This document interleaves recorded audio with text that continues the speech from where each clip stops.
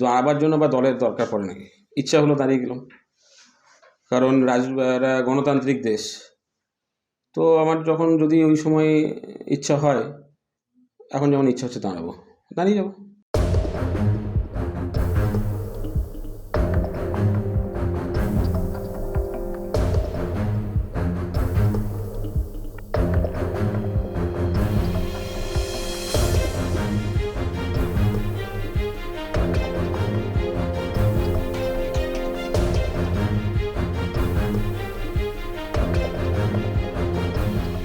সে আমার মনে আমার মনের ইচ্ছা, আমার দাঁড়াবো বোলপুর থেকে। কোন দলে? বা দাঁড়াবার জন্য বা দলের দরকার পড়ে নাকি, ইচ্ছা হলো দাঁড়িয়ে গেলাম। কারণ গণতান্ত্রিক দেশ, তো আমার যখন যদি ওই সময় ইচ্ছা হয়, এখন যেমন ইচ্ছা হচ্ছে দাঁড়াবো, দাঁড়িয়ে যাবো। কোন দলের প্রতীকে দাঁড়াতে চাইছেন? সে আমার দলের প্রতীক দিলে তো ভালো কথা।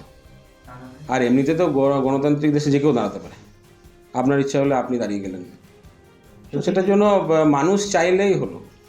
কারণ আপনাকে দেখতে হবে যে শুধু দাঁড়ালে তো হবে না, আপনার চিন্তা ভাবনাটা কি। আপনার যদি ইচ্ছা থাকে যে শুধু দাঁড়াবো, যেমন আমাদের দলের দু একজন আছে নেতা, তারা দাঁড়ায় যে ইলেকশনের ফান্ডটা আসবে, সেই ইলেকশন ফান্ডটা নিয়ে জিতলাম হারলাম বড় ব্যাপার না, ইলেকশন ফান্ডটাকে ফিক্সড ডিপোজিট করে দেবো।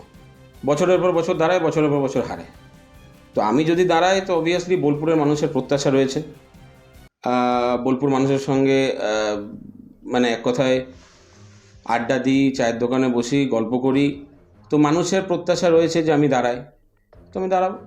বিজেপি দলের প্রতীক দরকার পড়ে না তো। যদি আমি তো বললাম আবার, গণতান্ত্রিক দেশে মানুষ কি চাইছে সেটাই শেষ কথা বলে। বোলপুরে মানুষ চাইছে আমি দাঁড়াই, দাঁড়িয়ে যাবো। আপনি যে বললেন যে অনেকজন আছে দাঁড়ায় ফান্ড নিয়ে, কারাই করে এই ফান্ড? ও আপনারা সাংবাদিক, আপনাদের কাছে তথ্য থাকবে, দেখবেন বছরের পর বছর হেরে চলেছে, আবার দাঁড়াচ্ছে, আবার তাকে দল টিকিট দিচ্ছে। তাদের উদ্দেশ্য ভোট জেতা না, তাদের উদ্দেশ্য হচ্ছে ইলেকশন ফান্ড থেকে যে টাকা পয়সাটা আসবে, সেই টাকা পয়সাটা ফিক্সড ডিপোজিট করবে। যারা বুথে বসে তাদেরকে পয়সা দেবে না, তারা মার খাবে বিরোধী দলের কাছ থেকে, কিন্তু তাদের যে পাওনা প্রাপ্য সেই টাকাটুকু তারা দেয় না, সেই সমস্তটাই নিজের সঞ্চয় হিসাবে রেখে দেয়। তো একদল মানুষ আছে যাদের উদ্দেশ্যই হচ্ছে ভোটে দাঁড়াবো, ভোট জিততে নয়, পার্টি থেকে যে ফান্ডটা দেবে সেইটা নিজের ব্যক্তি স্বার্থে কাজে লাগাবো। তো ওই রকম টেন্ডেন্সি নিয়ে আমি রাজনীতিতে চলি না। আমার মনে হয় যে এলাকার মানুষ যদি চায়, তার দাঁড়ানো উচিত। এখন বোলপুরের মানুষ চাইছে, বা যখন বোলপুরে আমি থাকি না, সেই সময়টা প্রচুর মানুষের মেসেজ পাই, মানুষের কাছ থেকে ডাইরেক্ট কথা বলে জানতে পারি, বুঝতে পারি। তো আমার মনে হয়েছে যে হ্যাঁ ঠিক আছে, যদি মানুষের সেই ভরসা আস্থা থাকে, তো মানুষের সেই আস্থাটা পূর্ণ করা উচিত। হচ্ছে যে সময় খুব শক্তিশালী, সময় কথা বলবে, আমি কিছু না বলে সময়কে কথা বলতে দিন।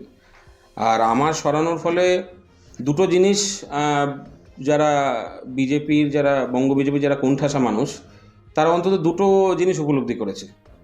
যে এক হচ্ছে যে বঙ্গ বিজেপিতে যারা কোণঠাসা অবহেলিত, তারা মাঠে না নামলেও চলবে। কারণ আমাকে সরানো হয়েছিল কখন, যখন আমি এই প্রত্যেক জেলায় জেলায় যাচ্ছিলাম, যে তারা যারা বসে রয়েছেন বিভিন্ন জেলায়, তাদেরকে নতুন করে উৎসাহিত করে মাঠে নামাবার জন্য।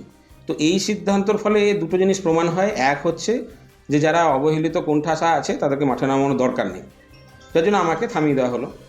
সেকেন্ড হচ্ছে আরেকটা জিনিস, যে আমি এই যে বিভিন্ন জেলায় যে সিন্ডিকেট চলে, যে পার্টিকে বিক্রি করে কিছু নেতা নিজের পকেট গরম করে, তো বেশ কিছু চোর ছেঁচোর আছে পার্টিতে, তো তাদের বিরুদ্ধে আঙুল তুলেছিলাম, তাদের দুর্নীতির বিরুদ্ধে আঙুল তুলেছিলাম।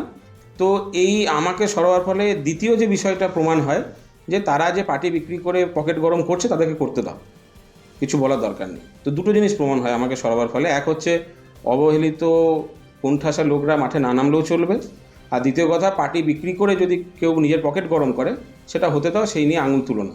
কারণ আমাকে সরানো হলো, কিন্তু যারা দুর্নীতি করছে তাদেরকে কিন্তু সরানো হয়নি।